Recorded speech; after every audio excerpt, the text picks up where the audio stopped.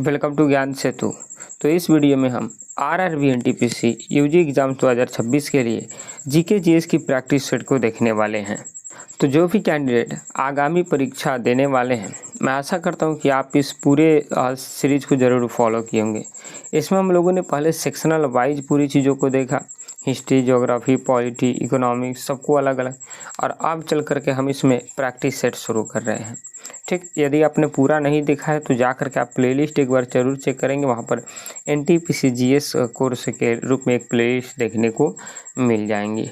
चलिए आइए पहले क्वेश्चन की तरफ चलते हैं। पहला क्वेश्चन हमसे बोल रहा है कि प्रसिद्ध सिंधु घाटी स्थल लोथल वर्तमान में भारत के किस राज्य में स्थित है? तो लोथल ये भारत के अभी गुजरात राज्य में स्थित है। सिंधु घाटी का जो ये लोथल था, एक बहुत बड़ा गोदीबाड़ा या फिर डंप यार्ड हमको देखने को मिला है।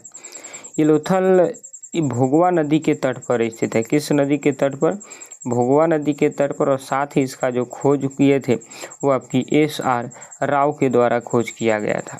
तो ध्यान में रखेंगे कि लोथल कहाँ? गुजरात में। नेक्स्ट क्वेश्चन, वर्ष 1919 में आयोजित अखिल भारतीय खिलाफत सम्मेलन का अध्यक्ष किसे चुना गया था? तो वर्ष 1919 में आयोजित अखिल भारतीय खिलाफत आंदोलन के अध्यक्ष महात्मा गांधी को शुरू किया गया था। यह आंदोलन आप जानते हैं तुर्की के खलीफा का पद से हटा देने पर भारत में शुरू हुआ था। और नवंबर 1919 में दिल्ली में हुए खिलाफत आंदोलन की अध्यक्षता महात्मा गांधी ने किया था। और इससे हुआ क्या, हिंदू मुस्लिम एकता और बढ़ गया। और साथ ही इसके बाद जो अगली आंदोलन शुरू हुई, कौन सी? तो असहयोग आंदोलन, उसमें भी मुस्लिमों का एक बहुत अच्छा साथ हमको देखने को मिला था। ठीक, नेक्स्ट क्वेश्चन, दक्कन का पठार मुख्य रूप से किस प्रकार की मिट्टी से ढका हुआ है जो कपास की खेती के लिए सर्वोत्तम है? तो दक्कन का पठार मुख्य रूप से ये काली मिट्टी के लिए फेमस है। काली मिट्टी यहाँ पर देखने को मिलती है जो कि बेसाल्ट लावा से बना हुआ है ये। और ये मिट्टी उपजाऊ होती है। इसको रेगुर मृदा के नाम से भी जाना जाता है। किस मृदा के? रेगुर मृदा के नाम से भी जाना जाता है, जो कपास के लिए फेमस होती है। नेक्स्ट क्वेश्चन है कि निम्नलिखित में से कौन सी नदी मकर रेखा को 2 बार काटती है? तो लिम्पोपो नदी, ये लिम्पोपो नदी जो कि अफ्रीका महाद्वीप की एक नदी है जो मकर रेखा को 2 बार काटती है। जबकि कांगो जो है, कांगो नदी, ये इसको ध्यान में रखेंगे, ये भूमध्य सागरीय रेखा को 2 बार काटती है। कौन? कांगो नदी। तो लिम्पोपो नदी मकर रेखा को 2 बार, और कांगो नदी आपकी भूमध्य सागर को 2 बार। और माही नदी, ये ध्यान में रखेंगे, कर्क रेखा को 2 बार काटती है, गुजरात में है।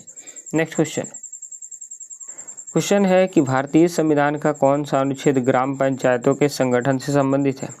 तो ये DPSP में आती है आपकी ग्राम पंचायत। और ये DPSP directly principle of state policy, ये अनुच्छेद 40 में आती है। और आज के नीति निर्देशक तत्वों के साथ इसका गठन हुआ था। और पहली बार जो पंचायती राज गठन करने वाला राज्य था वो था राजस्थान। राजस्थान का कौन सा? तो नागौर जिला, राजस्थान का नागौर जिला, ध्यान में रखेंगे। नेक्स्ट क्वेश्चन है कि भारत के मुख्य चुनाव आयुक्त चीफ इलेक्शन कमिश्नर की नियुक्ति किसके द्वारा की जाती है? तो भारत के मुख्य चीफ नियुक्त ये राष्ट्रपति के द्वारा इसकी नियुक्ति करी जाती है। और इसका नियुक्ति आर्टिकल 324 के सेकेंड में दिया गया है, जो कि एक राष्ट्रपति के चयन के सिफारिश पर होगा। ठीक, नेक्स्ट क्वेश्चन है कि भारत में राष्ट्रीय आय का संकलन सबसे पहले किसने किया था? तो भारत में राष्ट्रीय आय का संकलन सर्वप्रथम दादा भाई नौरोजी के द्वारा किया गया था। इनकी पुस्तक 1867 से 68 में प्रकाशित हुई थी, poverty and un British rule in India. और इस पुस्तक में इन्होंने प्रति व्यक्ति आय 20 रुपये बताया था। और पहली बार वैज्ञानिक दृष्टिकोण से आकलन करने वाले थे SR राव थे। ठीक, नेक्स्ट क्वेश्चन है कि छिपी हुई बेरोजगारी प्रछन्न बेरोजगारी का मुख्य रूप से किस क्षेत्र में देखने को मिलती है? तो छिपी हुई बेरोजगारी ये कृषि क्षेत्र में हमको देखने को मिलती है, जिसको प्रछन्न बेरोजगारी कहते हैं। प्रछन्न बेरोजगारी जैसे होता है कि जैसे मान लीजिए कोई खेत है, उसमें आवश्यकता से अधिक लोग कार्य कर रहे हैं, तो उसी में कुछ लोगों को अगर हटा भी दिया जाए तो उसके उत्पादन पर कोई फ़र्क नहीं पड़ेगा। इसका मतलब जो अलग से लगे हैं वो एक छिपी हुई बेरोजगारी है। नेक्स्ट क्वेश्चन है कि वाहनों के पीछे ट्रैफिक देखने के लिए किस दर्पण का उपयोग किया जाता है? तो वाहनों के पीछे ट्रैफिक देखने के लिए उत्तल दर्पण का यूज किया जाता है, क्योंकि ये हमेशा छोटा प्रतिबिंब बनाता है और सीधा बनाता है और एक बहुत बड़ा क्षेत्र पीछे का आसानी से दिखा पाता है, जिसके कारण इसका यूज हम साइड मिरर के रूप में करते हैं। नेक्स्ट क्वेश्चन, चलिए क्वेश्चन है कि ध्वनि की तीव्रता को मापने की मानक इकाई क्या है? तो ध्वनि की तीव्रता को मापने की मानक इकाई होती है डेसिबल।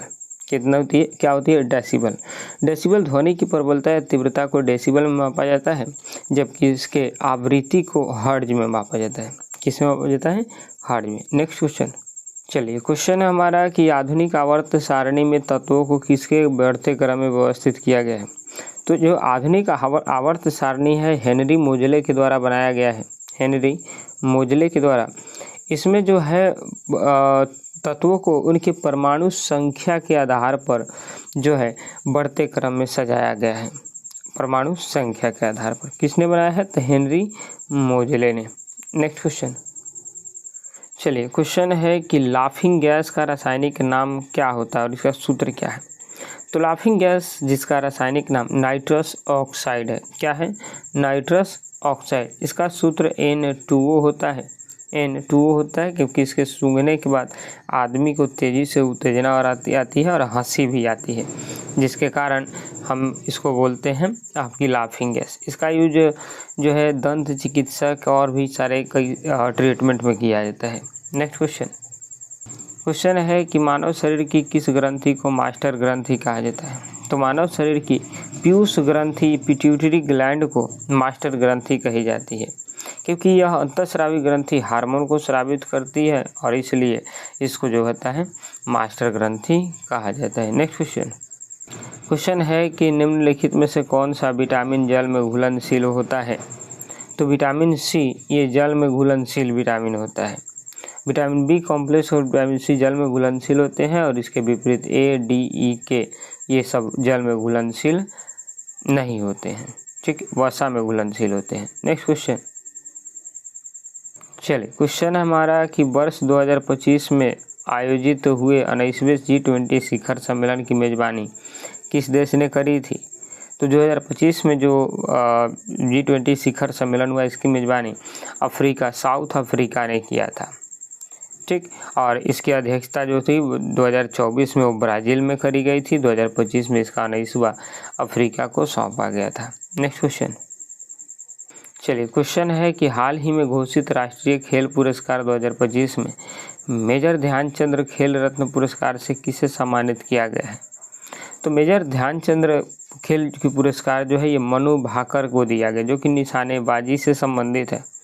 और मनु भाकर इस खेल के एक सर्वोच्च सम्मान के लिए चुने गए हैं। कहाँ पर? तो पैरालंपिक ये खेल है और इस खेल के लिए मेजर ध्यानचंद खेल रत्न पुरस्कार मनु भाकर जीते हैं। नेक्स्ट क्वेश्चन, चलिए क्वेश्चन हमारी कि प्रसिद्ध बिहू उत्सव भारत के किस राज्य में मनाई जाती है? तो बिहू ये भारत के असम राज्य में मनाया जाता है और असम का यह सबसे सांस्कृतिक उत्सव है, जो कि साल में 3 बार मनाई जाती है, जिसको बोलते हैं बोहाग बिहू, कंगाली बिहू और भोगली बिहू, ठीक। फसल चक्रण के अनुसार यह त्यौहार मनाया जाता है। इसके अलावा असम में सतरिया नृत्य भी मनाई जाती है, इसको आप ध्यान में रखेंगे। नेक्स्ट क्वेश्चन है कि अंतर्राष्ट्रीय न्यायालय का मुख्यालय कहाँ है? तो अंतर्राष्ट्रीय न्यायालय का मुख्यालय, इंटरनेशनल कोर्ट का मुख्यालय जो है ये द हेग नीदरलैंड में है। कहाँ पर है? द हेग नीदरलैंड में है। इसकी ये जो है संयुक्त राष्ट्र संघ का एक प्रमुख अंग है और इसकी स्थापना 1945 में की गई थी, ठीक, ध्यान में रखेंगे। नेक्स्ट क्वेश्चन है कि बंगाल विभाजन के समय भारत का वायसराय कौन था? तो बंगाल विभाजन के समय भारत का वायसराय लॉर्ड कर्जन था। इसी के नेतृत्व में 1905 में बंगाल विभाजन किया गया और बाद में चल करके फूट डालो और शासन करो नीति के तहत इसने तोड़ दिया बंगाल को, लेकिन फिर भी 1911 में बंगाल विभाजन को वापस लेना पड़ा था, ध्यान रखिए। नेक्स्ट क्वेश्चन है कि भारत की सबसे ऊंची चोटी केटू किस पर्वत श्रेणी में आते हैं? तो भारत की सबसे ऊंची चोटी है केटू, जिसकी ऊंचाई 8,611 मीटर है। ये जो है काराकोरम श्रेणी में स्थित है। कहाँ पर है? काराकोरम श्रेणी में। तो केटू विश्व की दूसरी सबसे ऊंची चोटी है। पहली कौन है? तो पहली आपकी माउंट एवरेस्ट है और दूसरी केटू है। नेक्स्ट क्वेश्चन है कि राज्यसभा का पदेन अध्यक्ष कौन होता है? तो राज्यसभा का पदेन अध्यक्ष ये उपराष्ट्रपति होते हैं। भारतीय संविधान के अनुच्छेद 64 के अनुसार भारत का उपराष्ट्रपति ही राज्यसभा का पदेन सभापति होता है और वह राज्यसभा का सदस्य नहीं होता है। Right answer C. Next question है कि पारसेक निम्नलिखित में से किसकी इकाई है? तो पारसेक ये खगोलीय दूरी की इकाई है। किसकी इकाई है? खगोलीय दूरी की इकाई है। पारसेक जो होता है तारों और आकाशगंगों के बीच की दूरी होती है और एक पारसेक जो होता है 3.26 प्रकाश वर्ष के बराबर होता है। नेक्स्ट क्वेश्चन है कि पीतल निम्नलिखित में से किन दो धातुओं के मिश्र धातु से बना है?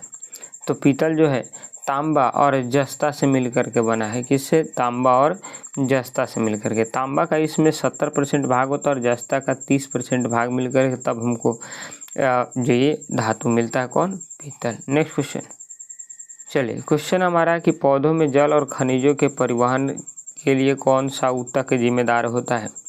तो पौधों में जल और परिवहन के लिए जो है जाइलम ऊतक जिम्मेदार होता है और भोजन के लिए कौन? तो फ्लोएम ऊतक होता है। जड़ों द्वारा ये क्या करती है? तो पानी इकट्ठा करके और उसको पत्तियों तक पहुंचाने का कार्य करती है। नेक्स्ट क्वेश्चन है कि इसरो द्वारा अंतरिक्ष यात्रियों को अंतरिक्ष में भेजने के पहले भारत के मानवयुक्त मिशन का नाम क्या था? तो इसका नाम था गगनयान। गगनयान के तहत ही बहुत सारे यहाँ पर भारतीयों को भेजा गया था उस पर। गगनयान मिशन विश्व का पहला मानवयुक्त अंतरिक्ष कार्यक्रम मिशन है जिसके तहत अंतरिक्ष यात्रियों को पृथ्वी की निचली कक्षा में भेजा गया था। तो ठीक, ये रही आपकी 25 क्वेश्चन। बड़ा इंपॉर्टेंट क्वेश्चन है, चीज़ों को आप ध्यान से पढ़ते हुए चलेंगे। पीडीएफ के लिए आप टेलीग्राम ज्वाइन कर लेंगे। मिलेंगे आपसे सेकेंड प्रैक्टिस सेट में। तब तक के लिए जय हिंद, जय भारत।